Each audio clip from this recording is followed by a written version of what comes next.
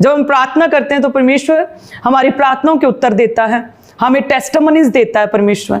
सो फिर हम क्यों ना प्रेयर करें। आज लोग कहते हैं मुझे ये प्रॉब्लम है, मुझे वो प्रॉब्लम है। जब उनसे पूछा जाता है कि अच्छा जी आपकी प्रार्थना कितनी है, तो वो कहते हैं कि प्रार्थना नहीं हो पाती। कभी कर लेते हैं, थोड़ी सी कर लेते हैं, उतनी नहीं कर पाते। क्यों नहीं कर पाते हो?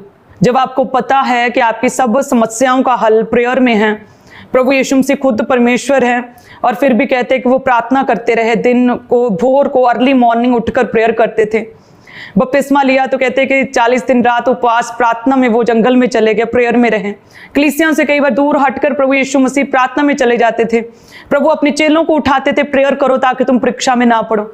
सो प्रेयर कितनी इंपॉर्टेंट है, आपको इस बात का पता है कि प्रेयर इंपॉर्टेंट है। बड़े बड़े शैतान के गढ़ों को प्रार्थना हिला देती हैं, लेकिन फिर भी आपका मन नहीं करता।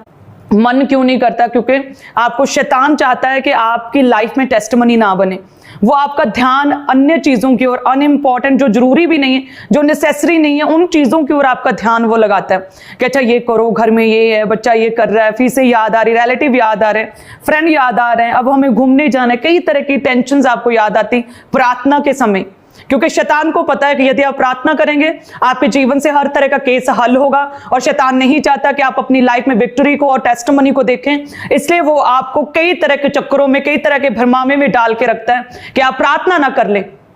लेकिन कलीसियाओं, वचन कहता है कि प्रेयर करते रहो ताकि तुम परीक्षा में ना पड़ो। प्रेयर के द्वारा परमेश्वर आपके जीवनों से बड़े बड़े गढ़ों को, शैतानी गढ़ों को, बड़ी बीमारियों को दूर करने की सामर्थ्य रखता है। और इसीलिए आज से वायदा करें परमेश्वर से, अभी से अगर किसी की लाइफ में प्रेयर के लिए इंपॉर्टेंट स्थान आपने नहीं दिया था, तो आज से प्रेयर को इंपॉर्टेंट स्थान देना शुरू करें। रोज पर्सनल टाइम परमेश्वर को दें प्रार्थना में, और रात को प्रेयर माउंटेन प्रेयर में अपनी फैमिली के साथ प्रभु को टाइम दें प्रार्थना में। रोज बाइबल को पढ़ें। जब बाइबल को पढ़ते हैं, परमेश्वर के वचन को पढ़ते हैं, तो आप शैतान के साथ लड़ सकते हैं, उसे हरा सकते हैं।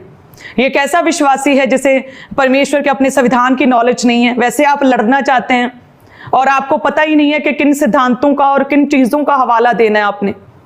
आपने अपने केस को कैसे लड़ना है, फाइट कैसे करनी है, आपको उन बातों का, उन अंगीकार वाले शब्दों का ही आपको पता नहीं है। रोज वचन पढ़ें। प्रभु यीशु मसीह जब छोटे से थे, 12 साल के, और कहते हैं आराधनालय में गए, बड़े बड़े शास्त्रियों, याजकों, फरीसियों को सरप्राइज कर दिया था। इस तरह से प्रभु यीशु मसीह को वचन की कहते गहरी नॉलेज थी। जब प्रभु यीशु मसीह कहते हैं कि 40 दिन रात प्रार्थना उपवास में गए थे, तो शैतान को, लूसीफर को परमेश्वर ने वचन के द्वारा हराया था। तो फिर यदि एक परमपिता परमेश्वर वचन की इंपॉर्टेंस को समझते हैं और प्रभु यीशु मसीह को वचन की नॉलेज थी, वचन के द्वारा शैतान को हराया, तो आप उनके जो बेटे और बेटियां, तियां थे, पुत्र हैं, आप लोग भी सेम उसी तरह से आप भी शैतान को हरा सकते हैं परमेश्वर के वचन के बीच से। हर रोज परमेश्वर के वचन को एक समय दें, उस समय आप बाइबल को पढ़ें। आप देखेंगे किस तरह से परमेश्वर अद्भुत रीति से आपके जीवन से कार्य करेगा। वचन के बीच से होकर प्रभु आपको चंगा करेगा और आपको हील करेगा। हालेलुया। प्रभु में बने रहें। हो सकता है कि आज यदि आपकी लाइफ में किसी भी तरह का कोई तकलीफ है ना, कोई दुख है, या कोई डिप्रेशन में है, या मैरिड लाइफ में कोई प्रॉब्लम से इशू है, तो शैतान आपके विश्वास के ऊपर अटैक करता है कि देख तू तो प्रभु में है, लेकिन फिर भी तुझे क्यों प्रॉब्लम है। देख, वचन तो ये कहता है कि मैं तुझे शांति दिए जाता हूँ, वो शांति का राजकुमार है, लेकिन तू तो अभी भी क्लेशों में, डिप्रेशन में जी रहा है।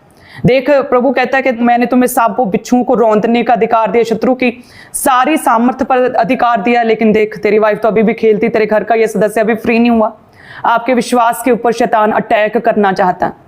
लेकिन यदि आप अब्राहम की तरह प्रभु में बने रहें, हायर अथॉरिटी प्रभु यीशु मसीह को जाने, प्रभु में बने रहें, और मायने नहीं करता आपका मन क्या करता है, आपका दिल क्या कहता है, आपका मन क्या कहता है, आपकी सोचें क्या कहती हैं, आपके आसपास के लोग क्या कहते हैं, आपके मन में क्या ख्याल आ रहे हैं, इन चीजों को यदि आप साइड पे करके प्रभु के जीवित वचन को यदि आप मनन करें कि परमेश्वर क्या कहता है, उसका आत्मा क्या कहता है, प्रभु की आवाज को सुने। सच में अब्राहम की तरह यदि 20-25 साल भी लग जाए ना गवाही आने में, फिर भी आप बने रहेंगे। और यदि आप अब्राहम की तरह बने रहें तो आप देखेंगे अब्राहम की तरह एक उच्चतम स्तर को अपनी लाइफ में, एक ग्रेट हायर लेवल को अपनी जीवन में देखेंगे। परमेश्वर ने उसे अपना मित्र कहा, किस तरह से परमेश्वर ने राजाओं के सम्मुख उसे बैठाया, उसे ऊंचा किया। परमेश्वर ने उसके बिजनेस को इतना बढ़ाया कि कहते जमीन कम पड़ गई। उसे अपने भतीजे को अलग करना पड़ा क्योंकि बहुत ज्यादा उसका कामकाज फैल चुका था। किस तरह से परमेश्वर ने उसे इसहाक दिया, उसकी टेस्टिमनी को प्रभु ने उसके हाथों में दिया। हालेलुया। तो जब आसपास के लोग आपके सिचुएशंस, आपकी परिस्थितियां आपको चैलेंज करें, आपके फेथ के ऊपर चैलेंज करें, तब प्रभु में बने रहें, पवित्र आत्मा की आवाज़ को सुने, प्रभु के वचन को याद करें कि परमेश्वर का वचन क्या कहता है कि बने रहो प्रभु में। कि अब्राहम को पता भी नहीं था कि मैं कहाँ जा रहा हूँ, लेकिन फिर भी कहते वो विश्वास से चला। यदि हम इब्रानियों 11 अध्याय उसकी 8 में पढ़ें, उसमें लिखा कि विश्वास ही से अब्राहम जब बुलाया गया तो आज्ञा मानकर ऐसी जगह निकल गया जिसे मिरास में लेने वाला था, और ये ना जानता था कि मैं किधर जाता हूँ, तो भी निकल गया।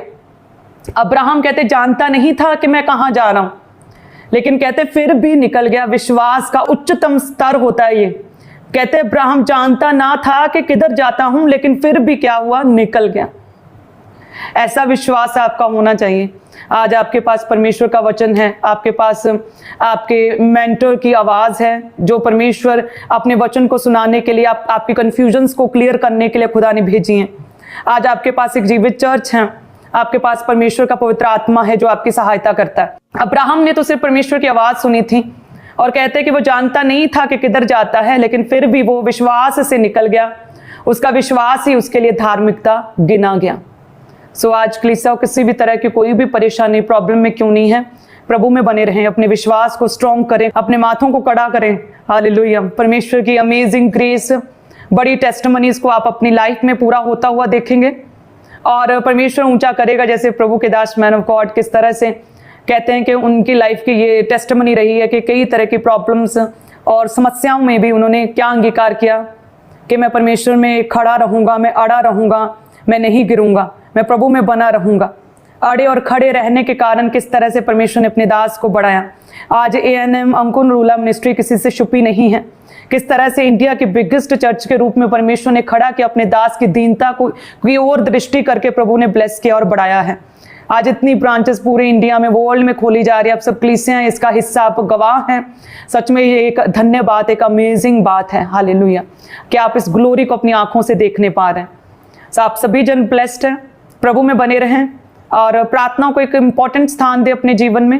बाइबल को, वचनों को रोज पढ़ें, अपने विश्वास को बनाए रखें। शैतान आपके विश्वास को खत्म करना चाहता है। कहता है कि देख, वचन तो कहता है कि यीशु के कोड़े खाने से तू चंगा हो चुका है, लेकिन देख तेरे तो अभी भी दर्द हो रही है, तेरी रिपोर्ट्स में तो अभी भी बीमारी आ रही है। लेकिन वचन ऐसा कहता है, हुआ क्यों नहीं है? आपके विश्वास के ऊपर वो चैलेंज करता है, आपके विश्वास को कम करना चाहता है, आपको शक में डालना चाहता है। लेकिन यदि आप प्रभु में ही बने रहें, मसीह के साथ जुड़े रहें, प्रेयर्स में, वचन के साथ, चर्च के साथ जुड़े रहें, आपके एक्शंस अगर परमेश्वरीय रहें, बिब्लिकल रहें, तो सच में परमेश्वर आपके शक को एक बड़े विश्वास के सामर्थी रूप में आप बदलता हुआ अपने जीवन में देखेंगे। आप ग्रेट टेस्टिमनीज को अपने जीवन में देखेंगे। हालेलुया। तारीफ करें सभी जन प्रभु यीशु मसीह की। धन्यवाद यीशु।